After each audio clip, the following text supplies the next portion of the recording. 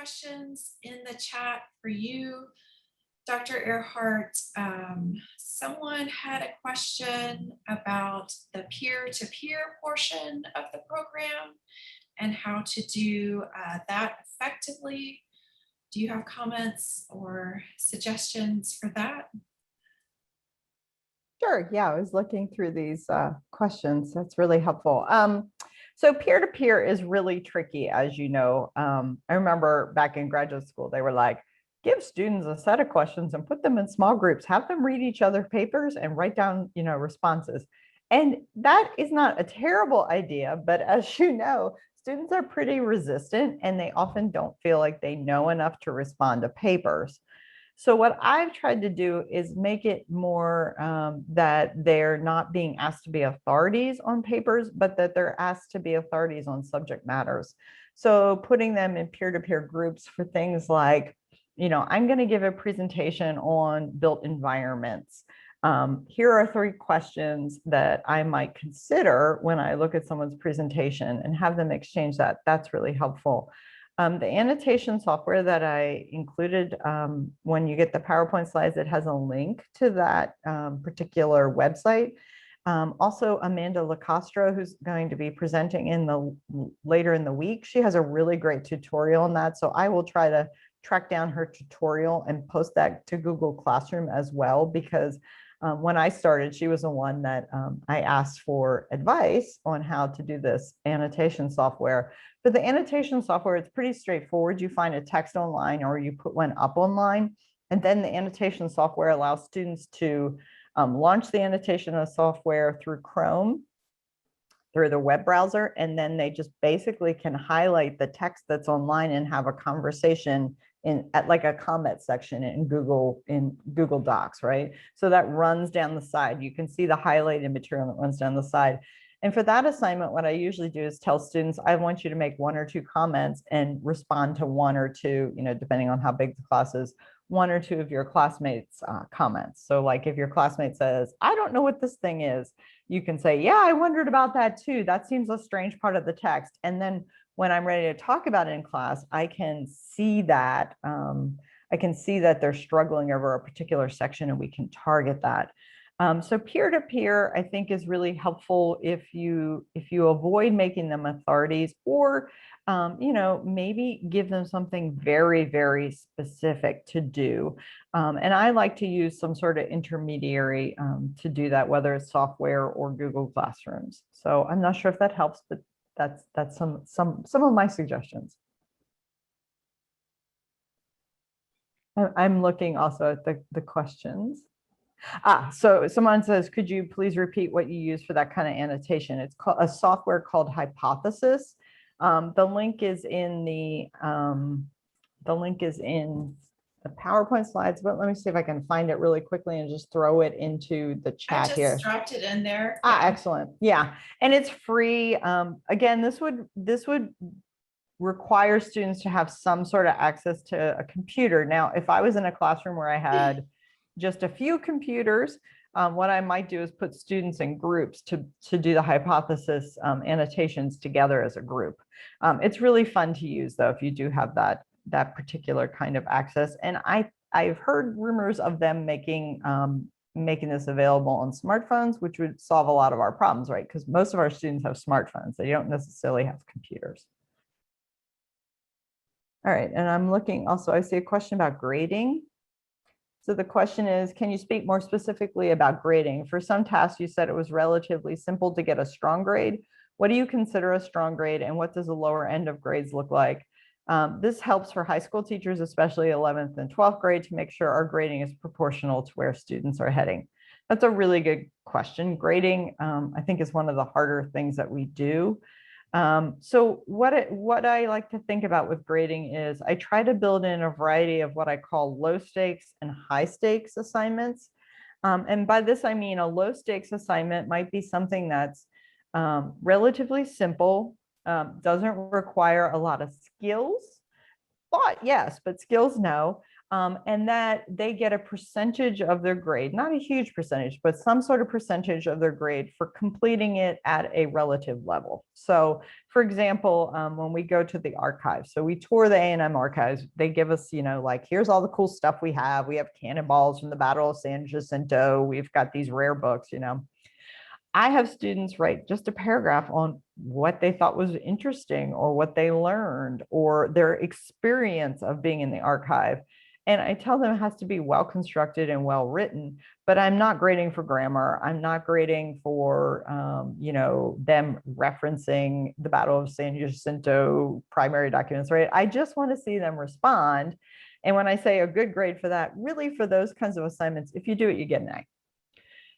I found that's also really helpful for students who struggle with certain kinds of very formal assignments, but if they can build enough of these smaller assignments in that they do well on, then that sort of counterbalances. I turned in my final research paper.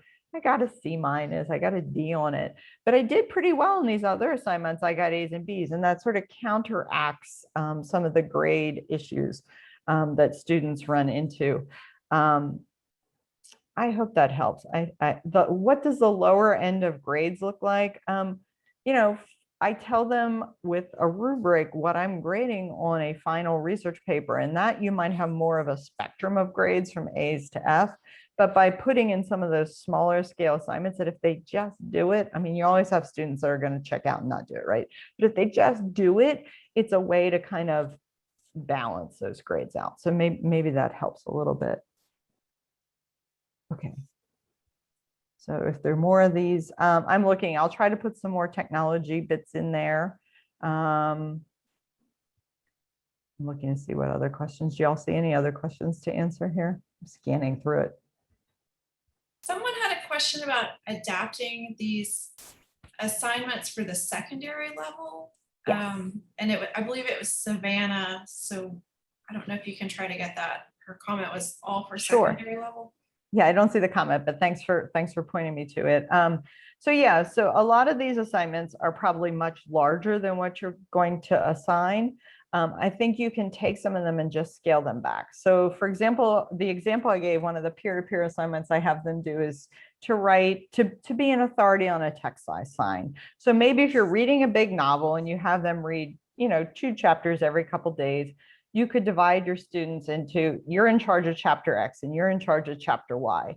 And instead of, having this huge thing where they write a big paragraph and they find outside resources and they write questions and that's what they do ahead of time for the college classroom, what you may say is, you read this chapter, right? You're in charge of this chapter. Beforehand, I want you to give me 2 questions that you think are interesting in relationship to this chapter, and know that I will know you're the authority on the chapter. So I'll probably call on you once or twice during that class discussion because you're the authority and have read this closely. So, they turn in their questions. This is, again, one of those low stakes assignments, but it sort of makes them accountable to reading. It works a lot better in my mind than a pop quiz, which feels like it's hard to make those pop quizzes for chapters of novels, right? Because they have to be pretty specific. This allows them a little more of an opportunity to pick what they think is interesting about the chapter, what they want to focus on. And they can use, for these, I tell them, you can use sort of literary questions, like talk about structures, or, if you want to talk about onomatopoeia, go for that in your question. But you can also have more general questions where you're like, it seems to me that X character is very unlikable. What kinds of things do we see in this chapter that make X character unlikable, right? Which is a pretty softball question, but maybe one they'll feel more comfortable with asking. Does that help? Yeah, I think most people here are secondary teachers. So yes. Is there a specific time when you noticed a shift in students' writing skills? That's a really good question. So here's the kinds of things that I have learned about writing over doing this since, I realized I was teaching in the college classroom since 1991. Oh, but what I've realized is that my own writing skills and my students' writing skills, the growth is pretty slow. And one of the best pieces of advices I was given by a teacher years ago when I get freshman comp papers to grade, she said, Teaching students skill sets is a slow process. Students can only deal with one or two things at a time. So when you mark a student paper, don't make it bleed red, because they will look at that and throw it away and not deal with anything you told them, and you've just wasted your time. She said to me, pick one or two things you think they can accomplish before the next paper. So for some students, that might be one grammar issue. Look, you should put commas before, two full sentences with an and in between. I'm going to teach you how to do that, right? For some students, it might be something as basic as, you have all one paragraph. How do we get it into smaller paragraphs? What is a topic sentence, right? Like, that's a big thing to get them to improve. You can't give them that and 12 other things as well. You need to pick what the important things are. So I thought that advice was very helpful. Along with that, she said to me, give 3 points at the end of every research paper. 3 points. 1 should be good. Find something good. Just find something good. And 2 should be critical areas they can improve on. Make them very specific. So if I read a paper that has no paragraphs, those 2 specific things might be about how to improve, moving this from one big paragraph to smaller paragraphs. So think small scale steps and give them really concrete things they can trace from paper to paper. To me, that's the kind of writing you see improve. And someone mentioned Bird by Bird by Annie Lamott. That is a great book to read on writing. In fact, when I was writing my dissertation, everybody in our grad cohort was like passing that book around, because no matter what level you're at, writing is hard and it's exponential, right? Like, the growth is very slow, but once you get it, it kind of grows fast. So yes, excellent suggestions in the chat. Any other questions that y'all see? And I'll make sure you all get the slides. I think I sent them a couple days ago, but I think that they were so big, they didn't come through on email. So we'll find a workaround this morning when y'all are in groups, and try to get those up really quickly. Okay. I have a question, if you'll indulge me. Absolutely. Just from looking at the photos that you've shown of your students' projects, you have just so many fantastic and engaging projects that they produce. Do they have an opportunity to share with each other or present what they put together? Because I don't know your students, but I would love to hear about everything they've done. And so I can imagine once they've been in a class that they really enjoy hearing about what they've been working on. Absolutely. And again, this is, the TEKS, for example, make a big deal about presentations, right? So instead of having them present about a passage in a book and do like, annotations of talk about the analysis of a paragraph or something, having them take these projects they build and present, which we do, they love that. And it makes for a really, I build it in toward the end of the semester where I know they're writing like a final paper. And it builds in a time where we have a little downtime from reading and writing in the class where they can share these. So they're responsible for their individual project presentation, but then they get kind of a week or so to relax and kind of absorb what everyone else is doing. That's been really helpful over the years to build those kinds of exchanges in. And it's a way to build community in the classroom, right? Like, there's always a point where they're like, hey, I actually know that area you're talking about. Are you from there? Yeah, I'm from there. And then there becomes a sort of community connection. The students are pretty amazing too. Like, I've actually had students who take their class projects and give them to family members. Like, I had a student, he put together a book of recipes and included images of his mom and his grandma and his aunts. And he's like, I gave it to them at Christmas. I made extra copies. And I was like, oh, that's just really lovely. So it extends both in the classroom, and then sometimes they take these projects home. I had someone from the A&M Foundation call me and say, I was giving a presentation at the Aggie Moms Club up on somewhere in like West Texas, nowhere land. And he said, some mom came up to me and they were like, my daughter's taking this class. She likes this class. This is the kind of thing my daughter's doing in the class. She was looking at, Texas brands, and she looked at some ironwork. And it amazed me that the student actually took what we did in the classroom and went home and told the mother. And then the mother was so excited that she talked about this. So you never know, once you get them excited about stuff, what they will do with it. I see some other questions coming in here. Okay, do we have time for me to answer? I see about 3.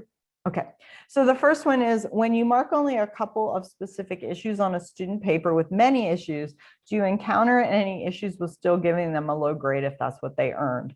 Like, do you ever have students question why their grade is so low since you only marked a couple of issues? Here's where the rubrics are super helpful. You can still mark those issues in a rubric, for example, so they can see where they scored. But then they also have a couple things to address. Do students question papers? Yes. Do mothers call me? Yes, they're not allowed to, they do. If it makes you feel any better, even in college, we're not allowed to talk to parents about their grades. I have had parents call me. So I think this sort of questioning of grades is something that's universal. So what I try to do is sort of build this into the beginning of the class, where I talk about pretty consistently how I'm grading them and the kinds of responses I'm giving them.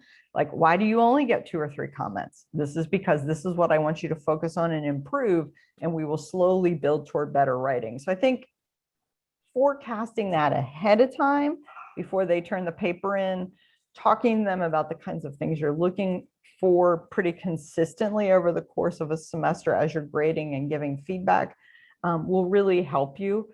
There's always going to be a few that are going to want responses. Sometimes they're doing it because they really care and want to improve. Sometimes they're just grade fishing, right? As you all know. So making sure that they're clear on what the expectations of the work are, how you're going to grade them, and how you're going to give feedback, it seems to me is pretty important. Yeah, so that's what another comment is, like, well, you only mark one thing, why to get a C? Here again, I think probably having some sort of rubric might be a really useful way, because look, you're all busy. You have a whole bunch of students to grade. There's only so much time you can spend per paper. So how can you give really effective feedback within the constraints you have and still get the work done? I think is a really good question to ask. And this is why the smaller projects also building to the larger paper is really important. So like for my research papers, we do a lot of work analyzing the sources that they get small grades for before they get to the final paper. So you're not having to mark things like, look, I told you, this non-academic source that you found on your mother's blogs page, this is not an academic source. It doesn't count. You don't have to talk about that on the final paper because you've already dealt with that earlier on. Does that make sense? So those things you're going to have problems with in the final paper, if you can deal with them in small chunks ahead of time, really, really helps.